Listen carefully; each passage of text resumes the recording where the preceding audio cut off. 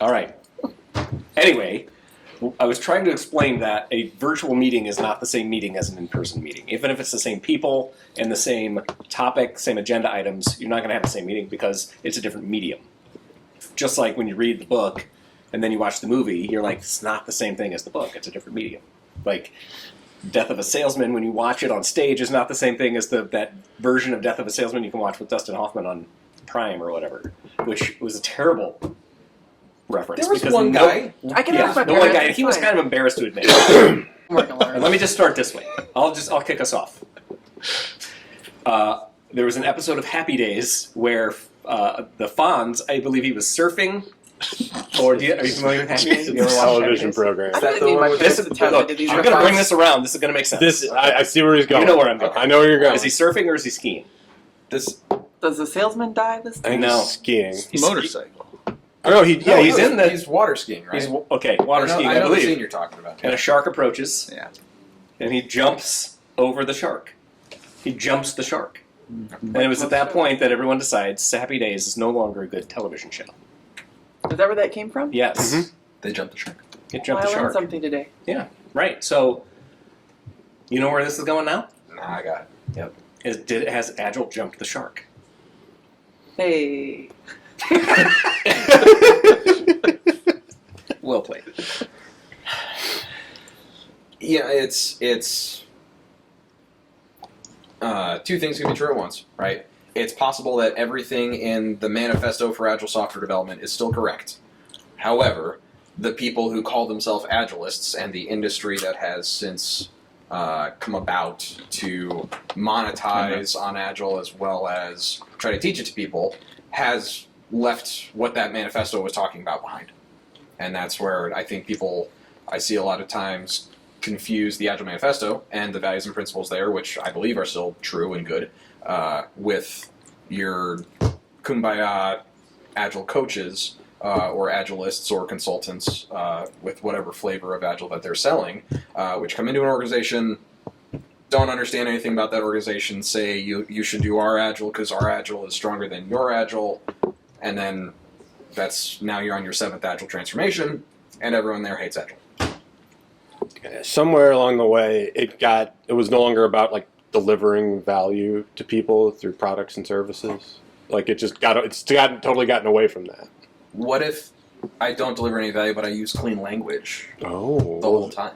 well, then you're doing well. Then you're Agile. Then you're Agile. I think it jumped the shark when Agile became a noun. Yeah. Because it was never a noun in any of the conversation. It's an adjective. It's Agile software delivery, not Agile as a thing. And it turned into a thing, and that thing just led to the inevitability of it jumping the shark. But on the other hand, that thing also led to it being something that was adoptable by places. Because before that, it was a concept, and you're not going to get places to buy a concept. Well, I It's also kind- can't- Go ahead. Sorry. I was going to say, I can't figure out if the Agile box got too small or too big.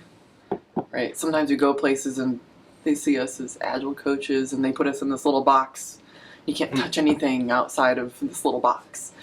But then Agile became too big and that now everything is Agile. So it's like, Yeah. then what? It's so big that it's and flexible that it can mean whatever you Well, need it to mean in order to serve whatever purpose you need It's it to more like the solve. toolbox became so bloated with specialized tools for so many different things, but then the space in which you were allowed to use that toolbox became so it's like, okay, well you got 475,000 tools, but you have to use them just to fix this leaky pipe, this one leaky pipe. I've seen both sides of the spectrum. I've gone to a client and me thinking we're here to talk about Agile, so we should kind of talk about the products that you're building, and been told no, that's not an Agile thing, that's a product thing. So we don't want to talk to you about that. That box And- is too small. That box is too small. And then on the flip side, I went to a client who had recently spent a whole bunch of money on Agile training, and I go to the bathroom, I go to wash my hands, and there's a sign printed out on the paper towel dispenser, and it says, "Be Agile, only use one paper towel." That's a perfect example of it can mean whatever you want it to mean. Yeah. And once you have so many people recognizing that there's a market for this, they're going to bastardize the word to try to add some level of nuance to it where they can sell you a certification or their coaching or their consulting or whatever they can do to hit you with the Agile hammer and then run away before you even notice whether life has gotten better or you're delivering any more value or not. Well, Right. that kind of is that there's so many snake oil salespeople, right? Like just trying to sell you a thing because you need to buy Agile because you read somebody up the chain read a business article in something like Harvard Business Review that said you need to do this. This is the way everybody's going. They say, "Give me some of that." Noun Agile.